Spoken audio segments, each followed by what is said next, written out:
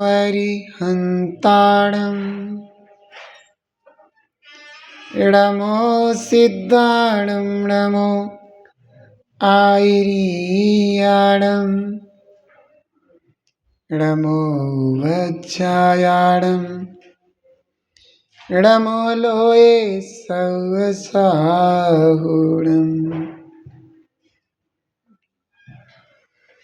मंगलम भगवान वीरो मंगलम गौतमो गणी मंगलम कुंद कुंदाध्यो जैन धर्मोस्तु मंगलम।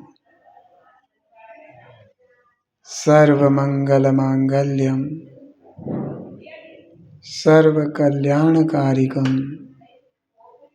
प्रधानम सर्वधर्माणां जैनम जयतु शासनम जैनम जयतु शासनम जैनम जयतु शासनम।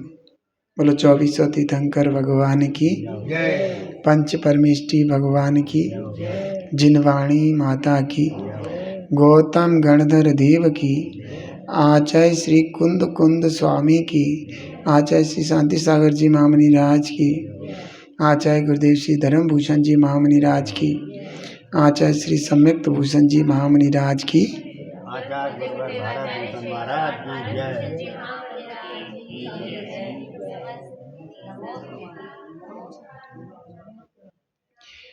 इष्टोपदेश ग्रंथ चल रहा है। इस ग्रंथ के रचयिता आचार्य भगवान पूज्यपाद स्वामी हैं। देवों के द्वारा जिनके चरणों की पूजा अर्चना की गई है, इसलिए पूज्यपाद स्वामी है। पूज्यपाद स्वामी बताते हैं अपने समय के बड़े ही उत्कृष्ट आध्यात्मिक संत रहे हैं, जिनके की इष्टोपदेश ग्रंथ को हम स्वाध्याय में ले रहे हैं। इनके श्लोकों में बहुत तंगड़ा रहस्य छिपा हुआ होता है। देखने में तो सरल भी हैं, लेकिन सरल के साथ साथ बड़े रहस्ययुक्त हैं। एक एक श्लोक कर्मों के लिए बहुत बड़ा बड़ा भारी है। अगर व्यक्ति इनके बताए मार्गदर्शन में चले तो कर्मों का भार कब हल्का हो जाए पता ही ना चले। 35वां श्लोक है। नाज्ञो विज्ञत्वमयाति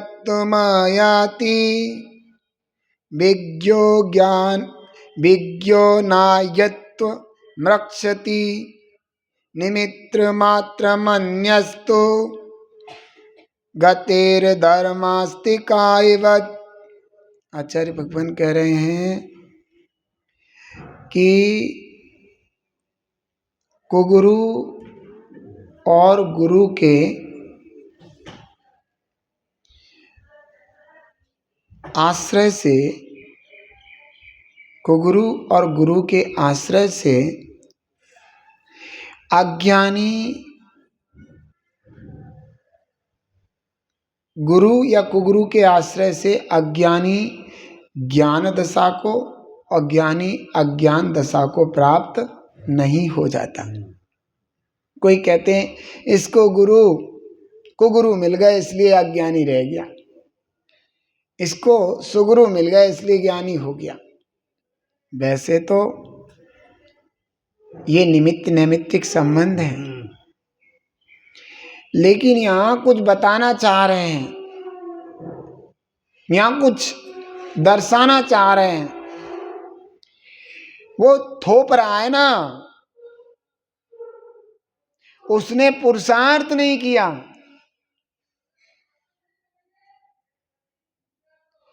तू कुगुरुओं के पास गया क्यों? तू दोष दे रहा हमें कुगुरु मिले इसलिए हमें, तू गया क्यों? तो अपने पुरुषार्थ को बता रहे, तेरी स्वयं की पागलपंती थी जो कुगुरुओं के पास गया और अज्ञान दशा को प्राप्त हुआ। समझ में आ रहा है?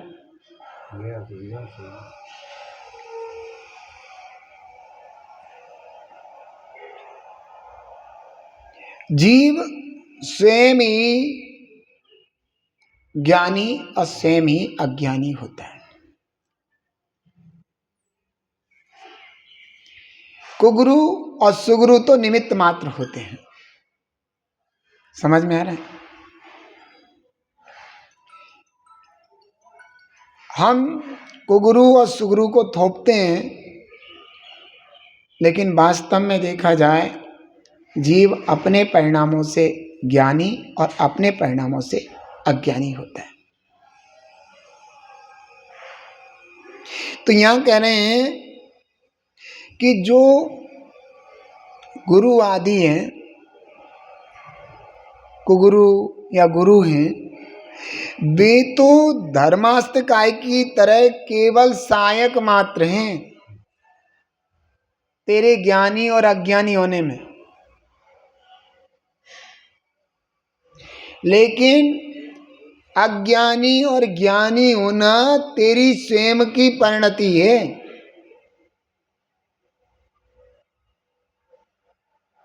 इनने मुझे बिगाड़ दिया, इनने मेरे को ऐसा कर दिया, इनने मेरे को ऐसा, ये ना अपने स्वयं के ऊपर डिपेंड करता है। ना कोई किसी को संभालता, ना कोई किसी को बिगाड़ता, लेकिन उसके संभालने बिगड़ने में निमित्त मात्र हैं। तो यहां मुख्यतः उसके स्वयं के पुरुषार्थ की है।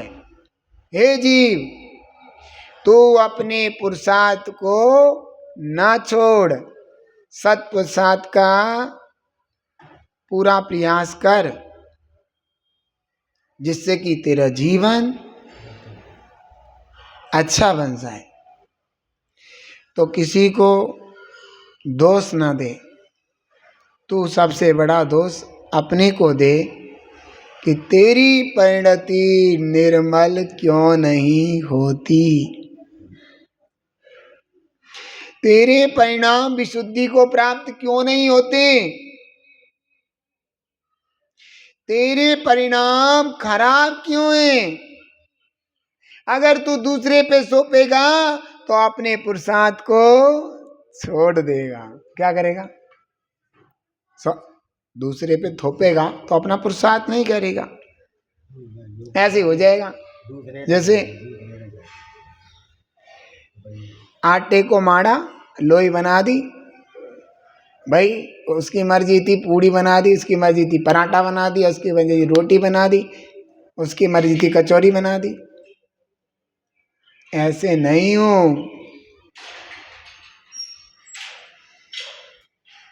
मैं स्वयं पुरुषार्थहीन हूँ।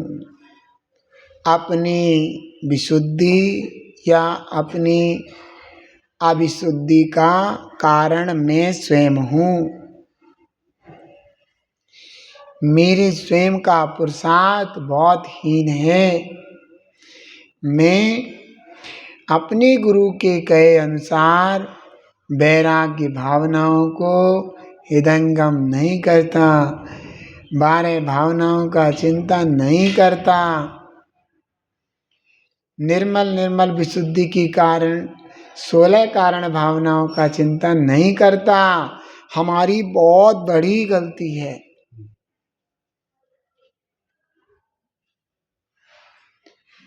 हमें भगवान बनना है, ये स्वयं में प्रतिज्ञाबद्ध तुम्हें होना पड़ेगा। जब तुम स्वयं में प्रतिज्ञाबद्ध होगे, समझ में आ रहा है, जब स्वयं में दृढ़ होगे तो आपके रास्ता रोकने वाला दुनिया में कोई पैदा नहीं हुआ है। प्योर रास्ता मिलेगा, प्योर बन जाओगे। बस यही भावना भाव और पुरुषार्थ रत रहो।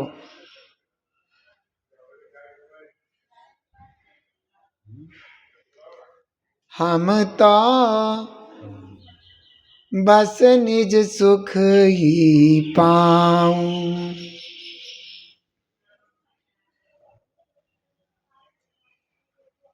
परम उपदेश दियो मेरे गुरुवर, धर्म उपदेश दियो मेरे गुरुवर, कृपया करे अपनाऊं।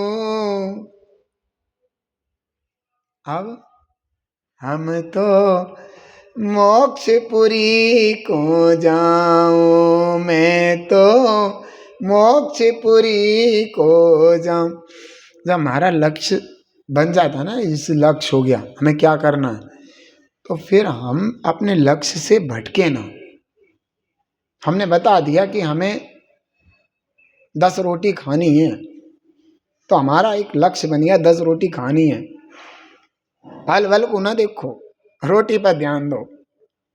अब सब्जी के बिना नहीं खाई जाए तो सब्जी लगा लो, लेकिन लक्ष्य क्या रखना है, 10 रोटी खाई जाएंगी। अब तुम ये भी देखो वो भी देखो, जी ललचाएगा, थोड़ा वो टुकड़ा डाल दिया, थोड़ा, अब वो रोटी कहाँ खाओगे। लक्ष्य जो बना लिया, उस लक्ष्य से हिलने न वाला व्यक्ति परम सिद्धि का कारण बनता है, आत्मविशुद्धि का कारण बनता है, परमात्मने को प्रकट होने में कारण बनता है।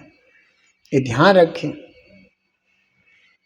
अब जैसे मान लीजिए किसी के गुरु हैं तो सम्यक दृष्टि, लेकिन उन्हें विशेष शास्त्रों का ज्ञान नहीं है।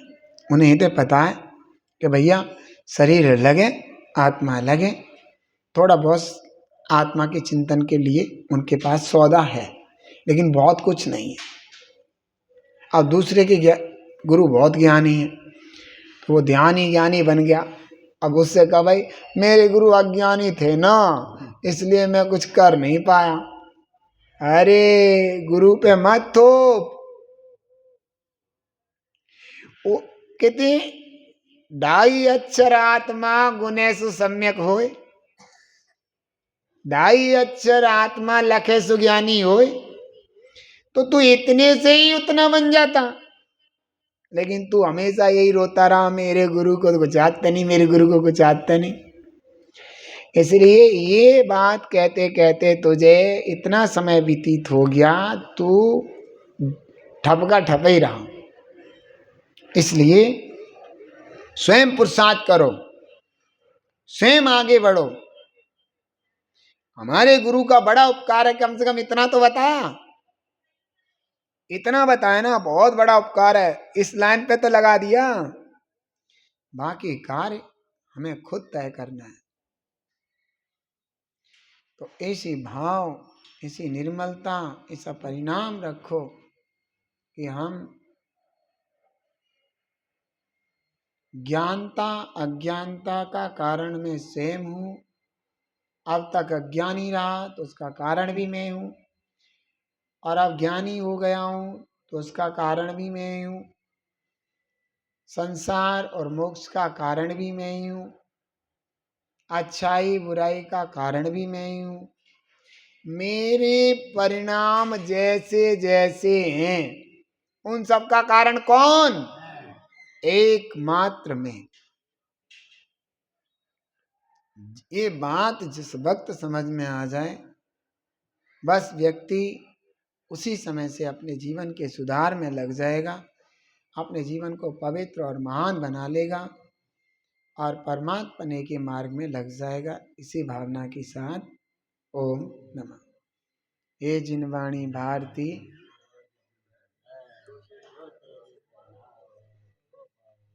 या वाणी के ज्ञान ते सूझे